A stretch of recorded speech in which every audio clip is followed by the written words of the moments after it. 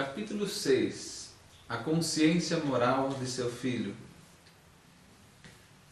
Quando a gente fala de consciência, a gente está falando de uma faculdade humana dada por Deus ao homem. Né? A consciência seria a sede do testemunho moral, né? A parte dentro de nós onde a gente recebe valores e a partir desses valores a gente distingue entre o certo e o errado. Resumindo, a nossa consciência é onde a gente aprende a distinguir entre o bem e o mal, o certo e o errado. A Bíblia, ela não tem uma passagem que fala assim claramente, com detalhes a respeito da consciência, mas tem várias pistas em vários lugares que permitem com que a gente saiba muito bem como a consciência funciona. Então hoje nós vamos estudar como que funciona a consciência, vamos falar da consciência primária, a consciência moral, né, e como que a gente consegue treinar essa consciência. Até o mecanismo de busca, né, como que funciona quando a gente está dentro de uma situação, como que funciona que a gente tem a nossa consciência nos dizendo não pode fazer, ou então faça, isso é uma coisa boa, né? Como que funciona tudo isso aí? Bom, nas Escrituras nós temos uma passagem em Romanos, né, no capítulo 1, nos versículos 18 a 21, que fala sobre a consciência, que eu diria ser a consciência primária, né? Apesar de que, vejam, eu vou abrir lá e vou ler, porque essa é uma passagem que fala da ira de Deus contra aqueles que rejeitaram a consciência. Tem muita gente que diz, como que a gente vai saber se Deus existe? Existem algumas coisas na própria criação de Deus que revelam algumas características de Deus. E o homem ele é responsável diante de Deus de saber essas características. Romanos 1, 18. A ira de Deus se revela do céu contra toda impiedade e perversão dos homens que detêm a verdade pela injustiça. Por quê? O que de Deus se pode conhecer é manifesto entre eles, porque Deus lhes manifestou. Porque os atributos invisíveis de Deus, assim, o seu eterno poder, como também a sua própria divindade, claramente se reconhecem desde o princípio do mundo, sendo percebidos por meio das coisas que foram criadas. Tais homens são por isso indesculpáveis, porquanto tendo conhecimento de Deus, está aí a consciência, não o glorificaram como Deus, nem lhe deram graças, antes se tornaram nulos em seus próprios raciocínios, obscurecendo-se-lhes o coração insensato. Até aí, a gente já percebe aqui mesmo o que Deus pensa a respeito, né, dessa consciência que o homem tem. Ele já sabia. O que ele sabia? É só dar uma olhada ao redor. Já dá para saber que Deus é poderoso. Dá para saber o próprio fato de que aquilo que foi criado não pode ter surgido sem ação divina, de um ser superior, de um ser inteligente. Então, pela própria criação, a gente já vê, né, a existência de Deus. E isso está incutido em cada um. Cada ser humano, ele nasce e sem que seja dito a ele já sabe. Deus existe. Ele é poderoso e eu devo, né, explicações, eu devo, né, umas respostas quanto à minha conduta, porque eu sou criatura dele. Isso é tão interessante.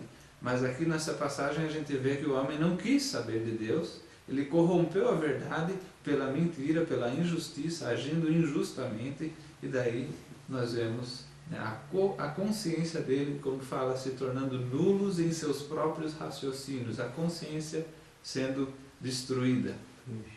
Mas isso é a consciência primária. Ela não tem detalhes, ela só sabe o básico. Deus existe, não pode matar, né? A consciência primária, ela tem várias informações, mas de forma elementar, de forma simples, né? O homem, a gente pode até observar isso nas leis humanas. Em todas as leis, no mundo inteiro, tem várias leis que são comuns. Aí você fala, puxa, que coincidência isso, né? Tem várias leis parecidas, em culturas diferentes, em mundos completamente diferentes, assim, né? Em partes diferentes desse mundo, as mesmas leis. Não pode matar, não pode roubar, né? A importância de respeitar um ao outro, de não cobiçar a mulher do outro, tem várias leis assim que são comuns. Por que isso? Porque o homem no seu coração tem a consciência que a gente chama primária, né? Ele sabe o certo e o errado básico, só que não tem muito detalhe essa consciência. Então, nós temos, vou falar agora sobre alguns detalhes dessa consciência primária. Ela tem algumas coisas como o medo, né? O homem sente o medo de um dia prestar contas diante de Deus. Lá dentro ele sabe que um dia vai prestar contas, isso está na consciência primária. Aquele senso de dúvida. Será que Deus está se agradando do que eu estou fazendo agora? Ou o que será que Ele pensa de mim? Né? Tem tudo isso nessa consciência primária. Tem a iniciativa de fazer o certo na consciência. Tem também o padrão mesmo de certo e errado, sabe? Aquele padrão que se diz, não, isso aqui é errado, isso aqui é certo. Tem um alerta. Olha que interessante, a nossa consciência nos alerta. A gente está prestes a fazer alguma coisa errada, ela nos alerta. Opa, não faça. A consciência faz isso. Quando a gente vai e faz mesmo assim o errado, então a consciência passa a nos acusar. Primeiro ela alertou, depois ela acusa, né? Nossa, você fez errado, você não devia ter feito isso. E a consciência pesa, né? A gente fica ruim, a gente fica mal. Por quê? Por causa dessa função da consciência primária. Ela também incentiva a fazer o certo, como eu já falei, e daí quando a gente vai e faz o certo, ela incentivou antes e depois ela chega e aprova, ela dá aquele tapinha nas costas, que gostoso, eu sei que eu fiz a coisa certa, pode até ter me custado, mas eu estou de consciência limpa, né? E a gente vê até pessoas que não têm assim uma vida com Deus, eles usam esses termos, eu estou de consciência limpa, porque todo ser humano já tem essa consciência moral primária. Bom, então um senso do certo e errado, um temor da rejeição de Deus, um temor, né, da prestação de contas, um senso de vergonha, né? Às vezes a gente fala para as pessoas, puxa, como você é sem vergonha. Mas o que quer dizer isso? Quer dizer que eu, se fosse fazer a mesma coisa que você, eu teria vergonha, que a minha consciência já teria dito, não pode fazer isso, não deve fazer isso, né? Então a gente tem tudo isso na consciência primária. Bom, a consciência moral é quando você treina, é a porção treinável, né, vamos falar assim, da consciência de um ser humano. Uma criança, apesar de que ela nasce com o básico, nós podemos treinar a sua consciência e ensiná-la com mais detalhes sobre o certo e o errado. De forma que, na sua vida, ela vai ter mais detalhes e poderá tomar decisões melhores em mais situações diferentes, né? Numa gama maior de situações diferentes do dia a dia. Isso é parte, então, dos pais, né? Os pais treinam as crianças. Os pais, eles devem prestar atenção que as verdades são transmitidas para as crianças, mas também existe uma forma de transmitir essas verdades. Um homem que fala, filho, isso não é certo, mas ele faz aquilo, ele está ensinando o contrário, né? Então é interessante isso, né? Que a consciência da criança, ela vai aprender uma coisa errada. Depois, essa consciência não vai ajudá-la, vai atrapalhar, porque na cabeça dela O pai sempre falou que era errado, mas ele sempre fez assim. Então eu vou fazer também. Bom, a parte então treinável da consciência, que a gente vai chamar então de consciência moral, ela tem algumas categorias diferentes que nós vamos estudar. Nós vamos estudar sobre o almoxarifado moral, que é onde se guarda então todos os isso é certo, aquilo é errado, né? Nós vamos aprender sobre as 4 atividades da consciência, como que ela funciona, o que ela faz. Nós vamos descobrir como que funciona o mecanismo de busca moral. Depois nós vamos falar sobre o treinamento positivo e negativo da consciência, como que se treina a consciência, né? E o desenvolvimento da consciência proibitiva e afirmativa, especialmente a consciência proibitiva. Isso é muito interessante. Depois nós vamos ver isso e vocês vão concordar comigo que essa parte da consciência proibitiva ela é bem interessante. Um dos salmos, o Salmo 119, versículo 11, Davi falou: guardo no coração as tuas palavras para não pecar contra ti. Isso é o que nós vamos aprender, como que funciona o almoxarifado moral. Eu guardo no coração as tuas palavras para não pecar contra ti. O que ele está fazendo? Tem a ação, né? Davi guardou alguma coisa. O objeto dessa ação, qual que é?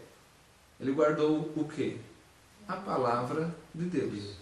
Onde? Qual que é o lugar? No coração. É a consciência.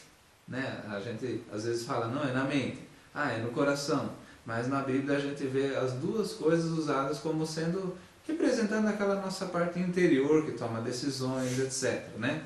Então, onde que guardou? No coração. Razão. Né? Qual que é o objetivo? Para manter um relacionamento correto com Deus. Para não pecar, para não transgredir a vontade de Deus. Então, de acordo com esse versículo, a gente percebe que nós podemos colocar coisas em nossos corações e também, como pais, colocar coisas no coração de nossos filhos para ajudá-los a viver essa vida correta diante de Deus. Esse tipo de treinamento infantil tem vários versículos que falam a respeito disso. Um bem conhecido é Deuteronômio capítulo 6, os versículos 6, 7, 8, 9. Depois, um bom dever de casa é verificar essa passagem para ver como que Deus instrui o homem a cada momento ensinar a palavra de Deus para os filhos. Só que o conhecimento, saber uma coisa, não garante que a criança vai agir de acordo com aquela coisa. Né? A gente estava conversando antes sobre como, às vezes, o nosso filho, a criança, ela sabe que não devia fazer, mas vai e faz mesmo assim. Só que saber ajuda. Né? Quando a criança consegue já controlar o seu comportamento, ela vai ter então o auxílio da consciência para controlar melhor. Tá certo? O domínio próprio é uma das virtudes mais importantes, portanto, né, no treinamento da criança. Que ela aprenda a se dominar. Quando ela consegue já ter os primeiros passos nisso, é uma grande alegria para os pais. Porque a criança mesmo tomou a decisão de controlar uma vontade que era errada. Ela falou, não vou fazer. Né? E tomou a atitude certa, fez o certo e não o errado, mesmo tendo vontade de fazer o errado. Uma vez que a criança tem o domínio próprio já um pouco mais desenvolvido, ela tendo então uma consciência moral bem treinada, fica bem mais fácil dela andar no caminho correto. Bom, vamos falar das 4 atividades da consciência. Eu já mencionei essas atividades antes. 2 positivas, 2 negativas. As 2 negativas são o alerta e a acusação. Quando você está prestes a fazer algo errado, a função negativa seria de então dizer, não faça, é negativa nesse sentido, não pode. Mas se a gente vai e faz mesmo assim, então o outro lado é ir lá e falar, você fez errado, isso aí estava errado, não pode fazer isso aí, olha o que você fez, né? Aquela coisa assim nos perturbando. Esse seria o lado negativo do não, né? Isso não pode. Mas a consciência também funciona positivamente. Uma vez que a gente toma uma decisão correta, né? A consciência, antes da gente tomar a decisão correta, está ali dizendo, vai, faz isso é o certo, isso é bom, isso é agradável a Deus, faça o certo. É a nossa consciência nos instigando a isso. E aí, quando a gente vai e faz, tem aquela, como eu falei antes, né, o tapinha nas costas, aquela confirmação, né, de que você fez o certo. Você, né, foi lá e tomou a decisão certa. Nós temos então uma satisfação. É a confirmação da consciência.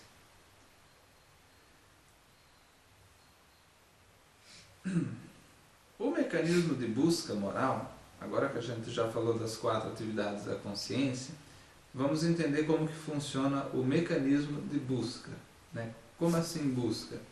Vamos entender assim, tem um almoxarifado, tem um galpão lá cheio de prateleiras, várias delas com categorias diferentes, todas elas nomeadas e numeradas, e está tudo certinho organizado no lugar. Quando a gente vai tomar uma decisão, antes de tomar a decisão, vai um carinha correndo lá para a ala da nossa decisão. Então vamos supor a decisão é relativa à comida. Então ele vai lá para a ala das comidas. E ele entra lá e começa a procurar, procura cá, procura lá, e procura a informação certa, né, o conteúdo certo, a caixinha onde está guardada a informação sobre comida. Se ele não acha nada, o carinha volta lá para frente e diz, não achei nada. É como se a gente estivesse diante de uma decisão em relação à comida e a nossa consciência não acusasse nada, não dissesse nem certo nem errado. E isso é uma situação triste da consciência que não é treinada, né? Todas as prateleiras estão praticamente vazias, só vai ter uma caixa ou outra que são da consciência primária. Essas caixas já nasceram ali, né? Então não foi a gente que treinou a consciência, já estava ali essa informação. Então é mais ou menos assim que funciona esse mecanismo de busca moral. Ele basicamente é a avaliação de cada situação. Cada situação que a gente passa, cada momento que nós passamos, nós estamos fazendo avaliações. A nossa consciência está num radar, né, sentindo o que está acontecendo, né? Ela nos encoraja na direção certa ou nos alerta da direção errada.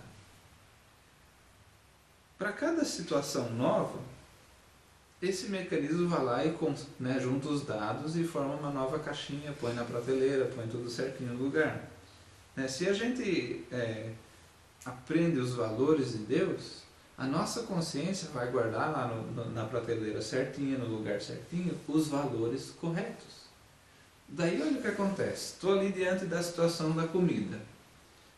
Mecanismo de busca, né? A minha consciência vai lá, o que a gente aprendeu sobre a comida. Daí tem lá os versículos que falam a respeito, né, da comida, né, de não ter os excessos, né, de ser do nosso corpo pertencer ao Senhor, etc. Tem várias passagens a respeito. Então, né, a consciência já, essa é a informação. E vamos interpretar e, pode comer sim, mas, né, toma cuidado para não cometer esse pecado, não cometer aquele. A nossa consciência vai e faz isso tudo sozinha, se nós aprendemos esses valores. O problema, como eu já falei, é quando a consciência vai buscar e não encontra a caixinha, não tem valor nenhum, não foi ensinado nada.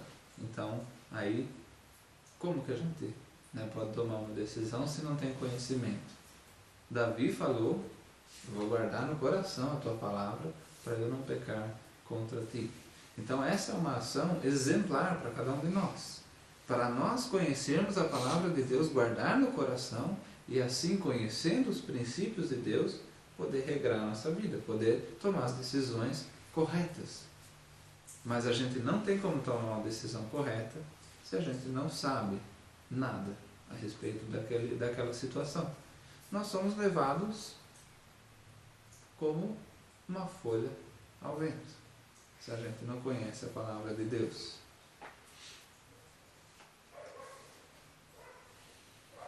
Bom, uma das coisas que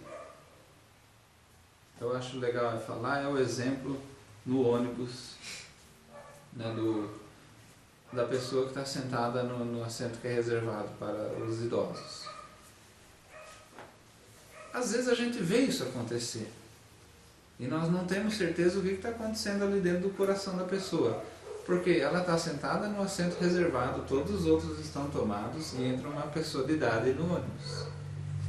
Né? Geralmente o que deveria acontecer é o robozinho vai lá, busca no almoxarifado, busca na prateleira relativa aos idosos e aí pega a informação de Deus e leva lá, o robozinho leva lá para falar, ó, nesse caso você deve se levantar, porque a palavra de Deus fala, né, e eu vou citar aqui uma das passagens de Levítico 19 que fala, diante das cãs te levantarás e honrarás a presença do ancião e temerás o teu Deus. Então, mostrando esse respeito diante das cãs. O que são cãs? Os cabelos brancos, ou seja, as pessoas mais velhas. Respeitar e honrar e dar preferência às pessoas mais velhas. O robozinho da busca moral vai lá, acha, né, esse valor e fala, ó, tá vendo? Respeitar, honrar os mais velhos, preferi-los. Levanta, deixa ele sentar aí, né? Só que, se o robozinho vai lá e ele não aprendeu nada sobre isso, ele vê a pessoa de mais idade e não, sabe, não é que ele está com maldade ficando ali porque ele é maldoso e velho tem que sofrer, aquelas pessoas que não gostam de pessoas de idade, sabe? E falam essas coisas assim, não é, simplesmente ele não aprendeu, ele não sabe, né? Apesar de que existe um padrão relativo na nossa sociedade, né? Alguma coisa, né? A maioria das pessoas ouve falar alguma coisa de respeitar os mais velhos, tal, mas muitas vezes o versículo, a passagem, né? A palavra de Deus que instrui de uma forma direta e específica, as pessoas não têm. Então, quando não tem nenhum princípio, o mecanismo de busca não faz nada, a consciência não faz nada. Resumindo. Bom, falemos sobre o treinamento positivo e negativo da consciência. A parte negativa seria as restrições, não negativa no sentido de ser ruim, ela é negativa no sentido de orientação, ela restringe, ela dá as consequências, ela dá os alertas, ó, não pode, isso aí não é bom, isso aí vai ser destrutivo, né? E esse treinamento, o foco dele é os primeiros anos da criança. A gente comentou mais cedo sobre isso. Então, veja, é mais cedo na vida de uma criança que você vai estar dizendo os não. Não pode tocar aí. Não põe a mão no fogão. Né? Não faça isso. Não engole aquilo. Né? Não puxe o cabelo do seu irmãozinho. Né? Tem os vários nãos. Né? Então, é um treinamento negativo. Então, lá na parte da consciência da criança, vai entrando várias informações. Ó, né, dentro dessa ação, não faça. Isso aqui não pode, isso aqui não pode. Vai enchendo os nãos. Né? O treinamento positivo seria a instrução. Seria os porquês, dar os motivos. Né? Seria o encorajamento. Vai lá, filhão, tá certo, isso é o certo, faça isso mesmo, encorajando. Né? Seria o reforço. Sempre lembrando, ó, filho, lembra que a gente estudou assim, assim, assim?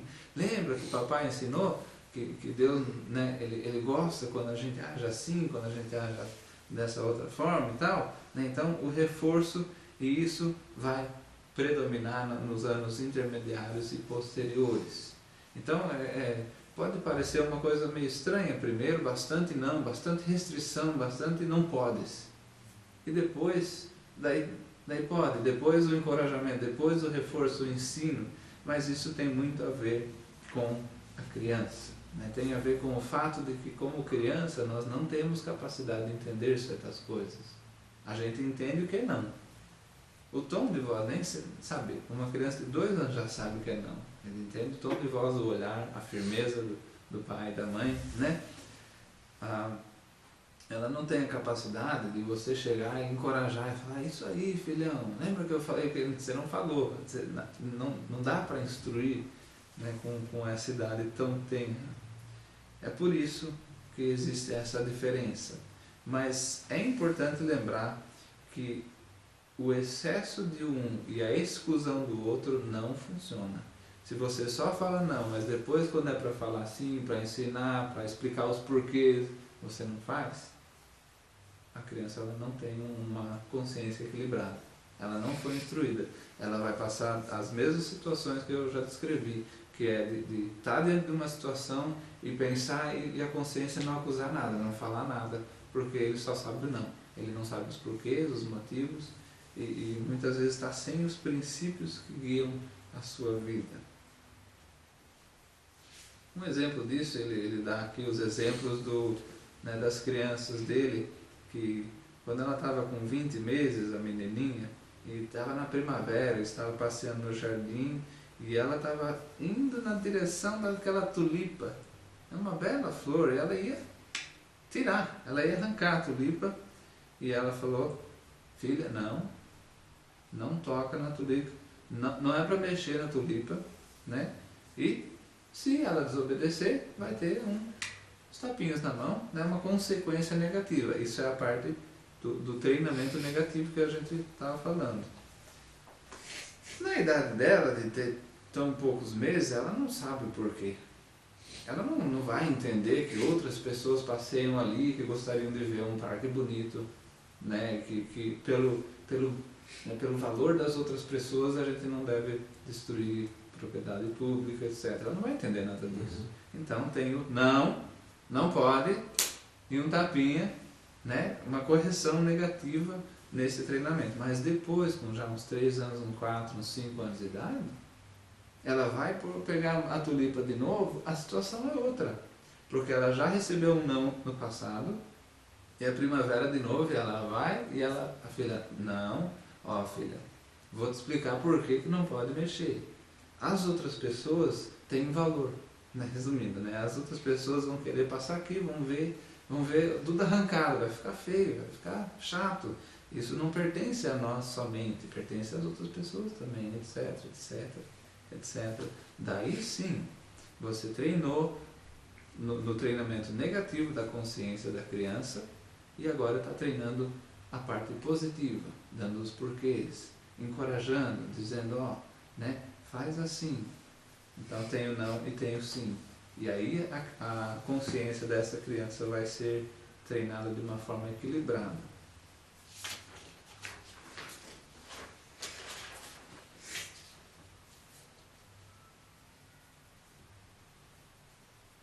Uma coisa que é interessante no treinamento da consciência é o fato de que no começo a criança é guiada externamente. Como assim? É o pai que diz não. Ela não tem nada dentro dela, no coração dela, dizendo para ela não arrancar aquela tulipa. Dizendo para ela não mexer onde não pode, dizendo para ela não bater no irmão, certo? Ela não tem nada dentro dela, guiando ela por dentro. É uma coisa exterior, por fora. O pai dizendo não pode, né? A mãe reforçando, dizendo não. Mas à medida que ela vai crescendo, olha que maravilha isso, a criança vai crescendo e ela vai tendo a sua consciência desenvolvida através desse treinamento dos pais, e quando ela está numa fase assim mais para frente, onde ela já foi treinada nos nãos, mas também está sendo educada nos sims, né, está sendo instruída todas as coisas que ela deve fazer, ela tem uma consciência que sabe o mal e sabe o bem também, ela sabe o errado, mas também sabe o certo, ela tem os motivos, os porquês, ela passa a ser controlada por dentro. E esse é o ponto em que os pais desejam que os filhos cheguem. Muitas vezes os pais ficam ansiosos até que chegue o momento em que a criança toma uma decisão sozinha, internamente. Por quê? Porque ela sabe o certo e errado, a consciência dela funciona e ela tem autodomínio. Ela tem domínio próprio, o domínio, o autocontrole das suas ações. Então, Na hora de tomar a decisão, ela se segura, domina a vontade maligna, né? A consciência já dizendo, não faça isso não, isso tem consequências graves, esquece isso aí, faz o outro aqui, faça o certo. E ela então se domina e toma a decisão certa. E não houve nada, não houve nenhuma ação dos pais em cima, assim, controlando, nenhum controle, ela foi controlada internamente. Essa é a parte mais gostosa, assim, quando os pais veem que as crianças estão chegando nesse ponto, né? E esse é o objetivo. Mas para chegar nesse objetivo, veja como houve uma longa jornada, né? Todo dia aquela mesma coisa. Não, filho, não pode, lembrando, chega a ser cansativo. Mas, gente, nós estamos falando de treinar os filhos, não apenas de conviver com eles, né? O trabalho dos pais não é de estar ali junto para impedir que uma TV caia em cima de uma criança, essas coisas assim. Não, o trabalho do pai é de treinar, é de a cada momento repetir uma instrução, dizer sim, dizer não, dizer o porquê, sempre, sempre, sempre. É uma coisa, né, envolve bastante o zelo e a força de vontade dos pais de querer transmitir aos filhos o que Deus deseja, o que Deus quer da sua vida. E é aí que a criança encontra a verdadeira liberdade, né? A capacidade de, por dentro mesmo, tomar as decisões corretas. Nós temos aqui, antes de continuar para o próximo ponto, um aviso. Ele fala, faça a transição. Muitas vezes, os pais, eles têm um sucesso muito grande na parte de treinar os filhos nos nãos. Eles conseguem que os filhos, né, eles obedeçam aos pais. Isso é um motivo de grande alegria para eles, mas quando a criança já está ali passando 5, está por 6, 7 anos de idade, 8, 9, 10, ela já precisa estar recebendo a instrução positiva.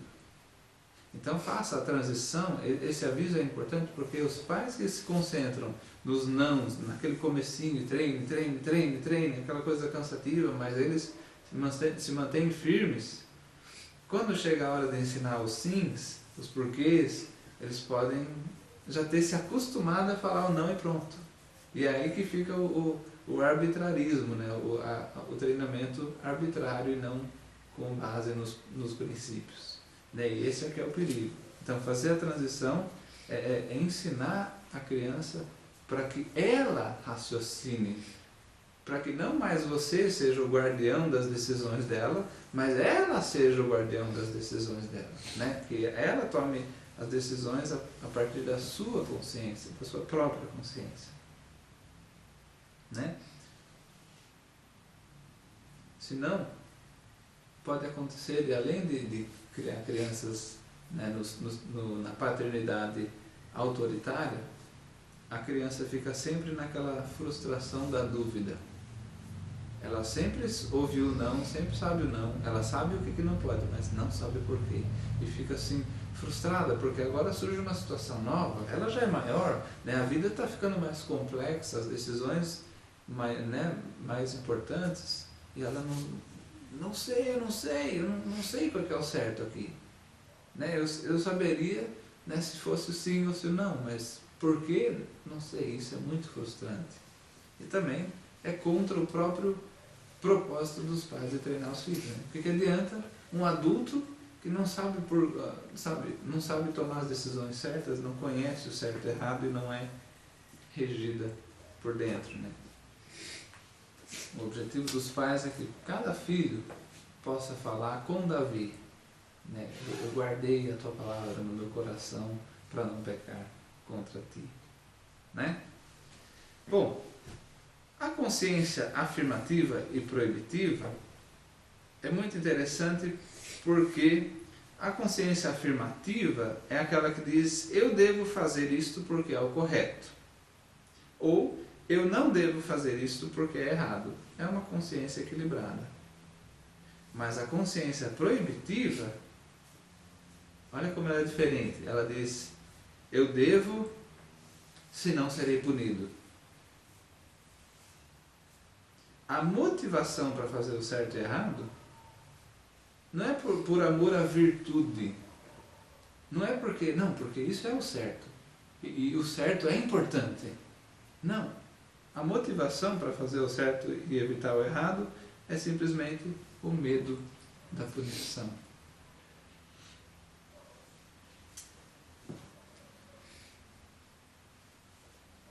Construir uma consciência afirmativa vem desse processo que a gente vem estudando até agora, né? De ensinar o não e ensinar os porquês à medida que a criança vai tendo capacidade de entender os porquês.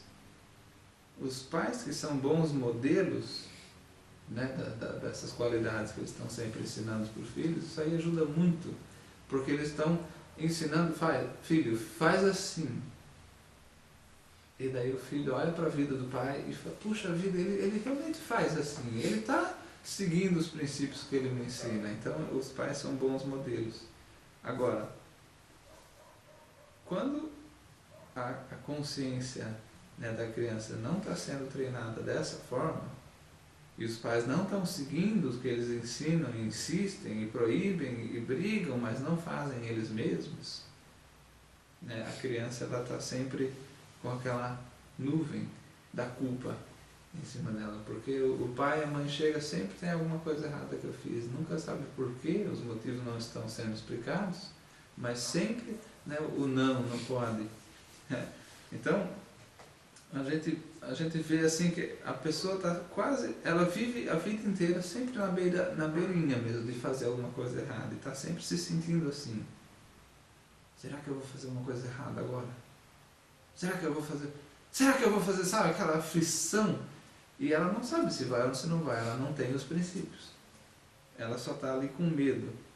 Então, muitas vezes essa característica é de pessoas que têm aquele medo e aquela sensibilidade extrema de desapontar alguém, sabe? Não quer deixar o pai triste, a mãe triste, ou outro, né, outra pessoa triste, ou o chefe às vezes, ou então aquele medo de ser mal entendido, o medo de ser rejeitado, né? Muitas vezes todos têm um pouco disso, mas aquele que tem a consciência proibitiva, ele é o extremo dessa situação. Bom, como que os pais desenvolvem essa consciência proibitiva? Os pais manipulam a criança, criando o medo de perder o amor do pai ou da mãe. Esse é o chamado amor condicional. Esse amor vira o motivo de fazer ou não fazer as coisas. Olha como isso é danoso, olha como isso é destrutivo.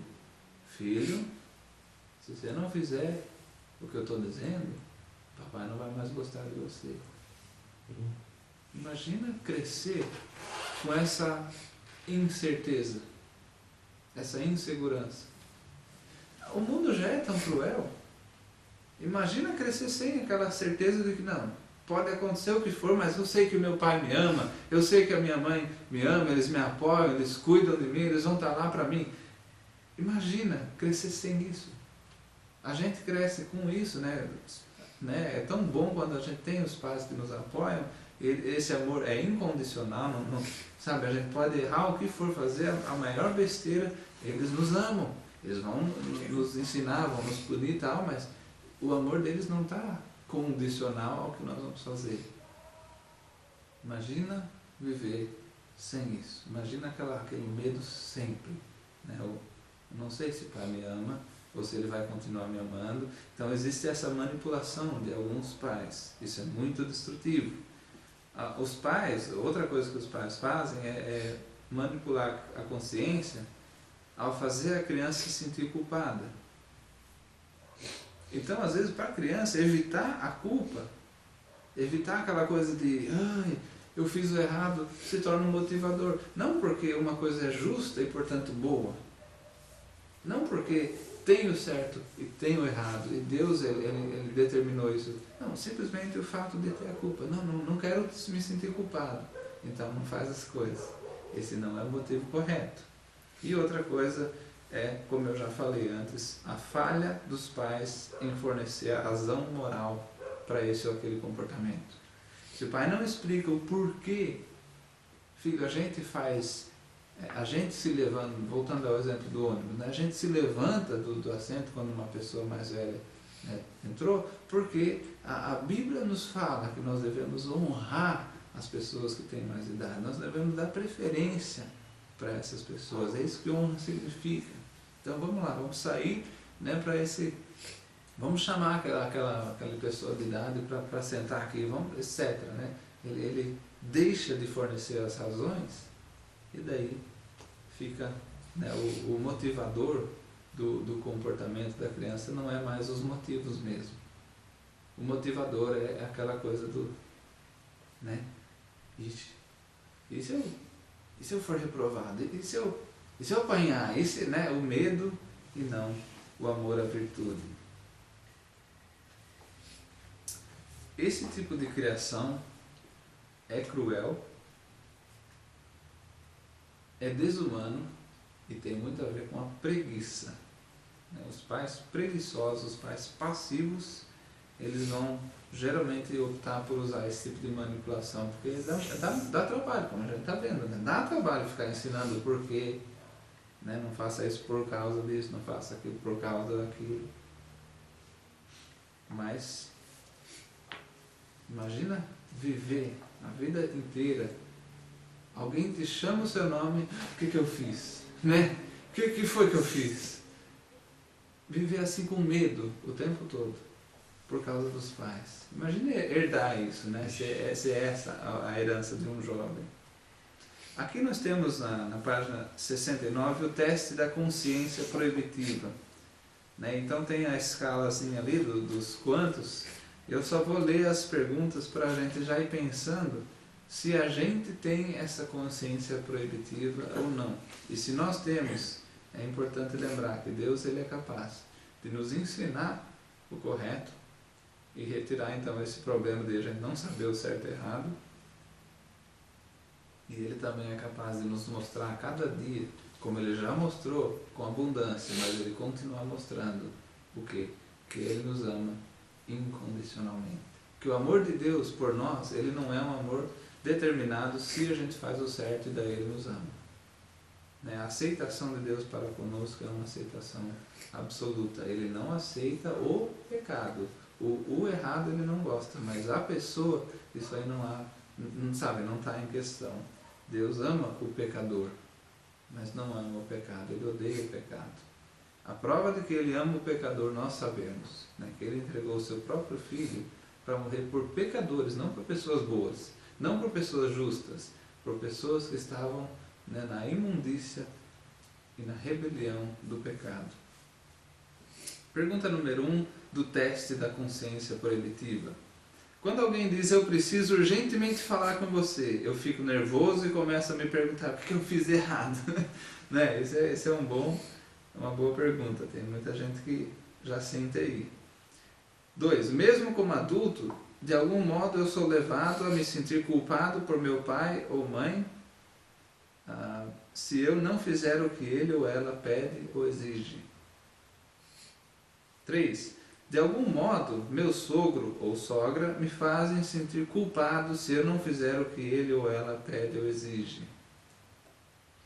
4. Se 50 pessoas me disseram que eu fiz um bom trabalho, mas uma não gostou do que eu fiz e me censurou, o desencorajamento daquela única pessoa seria maior do que o encorajamento das 50. 5. Às vezes eu vou à igreja mesmo quando eu não quero, só pelo medo de que alguém possa dizer algo sobre mim caso eu não vá. 6. Minha tendência, quando eu estou em desacordo com alguém, é deixar para lá e dizer a mim mesmo, isso não tem importância mesmo. 7. Eu sempre procuro confirmação daqueles que são mais próximos de mim. 8. Quando me pedem para ajudar, seja um amigo ou parente, eu preciso dizer não por razões legítimas, mesmo assim eu me sinto culpado. Que situação, né? Você sabe que você tem que...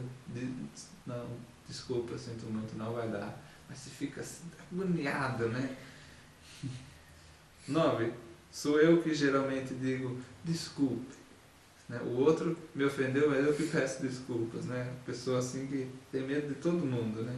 E 10, eu tenho medo de perder o amor de meu filho quando eu o disciplino, né? Isso é bem comum.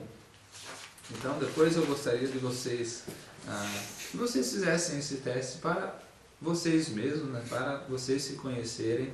E aqui, para terminar o capítulo de hoje, ele fala, né, o que eu vou fazer, o que eu posso fazer, né, se eu tenho essa consciência proibitiva. Primeiro, reconheça o problema, tenta entender como que funciona, por que você tem, dá uma pensada, né, no como que isso foi, né, cultivado no passado. Mas a segunda coisa, né, é entender que nós precisamos nos concentrar na pessoa do Senhor Jesus Cristo. Né? Concentrar nele. A força que a gente precisa, a gente encontra fazendo o que é certo por amor a Deus. Não fazendo o que é certo porque senão vai, né, ter consequência. Não por medo, simplesmente por amor. Eu amo a Deus e por isso eu vou fazer o certo. Ponto. Né? Existe um poder de confirmação nesse tipo de obediência. Fazer o que Deus quer por amor a Ele. Daí a gente se sente muito bem, né? Não há necessidade do medo. E daí a terceira coisa que é recomendada é tomar controle agora. Né? Resolva não agir automaticamente às situações que você enfrenta no dia a dia. Né? O automático de uma pessoa que tem a consciência proibitiva é fazer aquelas ações ali descritas no teste. Né? Na hora que vem pressão, já acua, já não, tá, fui eu, desculpa. Né? E eu mesmo já passei por muitas situações assim, onde na hora eu aceitei a culpa de todo mundo. E depois eu fiquei pensando, não, mas espera aí, na verdade o que aconteceu é que não foi eu que fiz aquilo. Aquilo era a responsabilidade do outro. Né? Eu aceitei a culpa, mas eu não devia ter aceitado. Né? Eu pequei naquele momento, né, aceitando uma culpa que não era minha, porque daí o problema não se resolve, não era eu que era responsável, etc. Né? Tem todo uma série de consequências quando a gente age assim. Então, vamos não agir automaticamente, vamos pensar um pouquinho. Né? O que é o princípio bíblico que está governando esta situação específica? Né? Como que Deus quer que isso se faça agora? Né? E se treinar, ter um treinamento alto, assim, um autotreinamento, treinar a si mesmo pelas virtudes, pelo certo e não por medo. Né? Ter razões para fazer as coisas e não apenas medo. Né? Senão a gente fica, toda decisão que a gente toma fica ali repensando ela. Será que eu fiz a coisa certa, etc. Fica aquela agonia sem fim. Uma das coisas que eu acho que é mais profunda nisso tudo, né, de resolver o problema da consciência proibitiva, é de lembrar quem Deus é conosco e como Ele nos ama incondicionalmente. Isso é o que mais nos dá a força para dizer não para alguém quando a gente percebe que realmente eu preciso dizer não. Eu não posso ceder, eu não posso ser fraco, eu não posso ser medroso, eu preciso ter coragem. Como Davi, né? Que falou, como que esse Golias, né? Como que esse gigante ousa afrontar o Senhor dos Exércitos? Né? E ele foi lá e não, eu vou resolver esse cara, eu vou dar um jeito nesse sujeito. Mas por que ele teve tanta coragem? Porque ele era bom? Porque ele era o cara? Ele não pensava assim. Ele tinha uma confiança absoluta em Deus. De que Deus é poderoso, de que Deus é forte. E de que Deus estava com ele, e ele não tinha dúvida disso. Então que nós possamos lembrar também que Deus está conosco, não há dúvida disso. Não precisamos agir pelo medo. Para resumir, né, o sumário final, quais são os padrões que você vai escrever ali no coraçãozinho do seu filho? Né? E como que você vai escrever esses padrões? Né? A consciência de uma criança geralmente é o reflexo moral dos seus pais. Né? O que os pais são, como eles agem, a gente vai escrever isso na consciência os nossos filhos. O amor de Cristo, ele está vivo e forte no seu coração. Que nós possamos ter esse desafio. Vamos terminar com esse desafio de que Cristo esteja realmente vivo em nós, para que nós possamos transmitir com verdade aos nossos filhos quem que Cristo é e o que Ele deseja. Amém?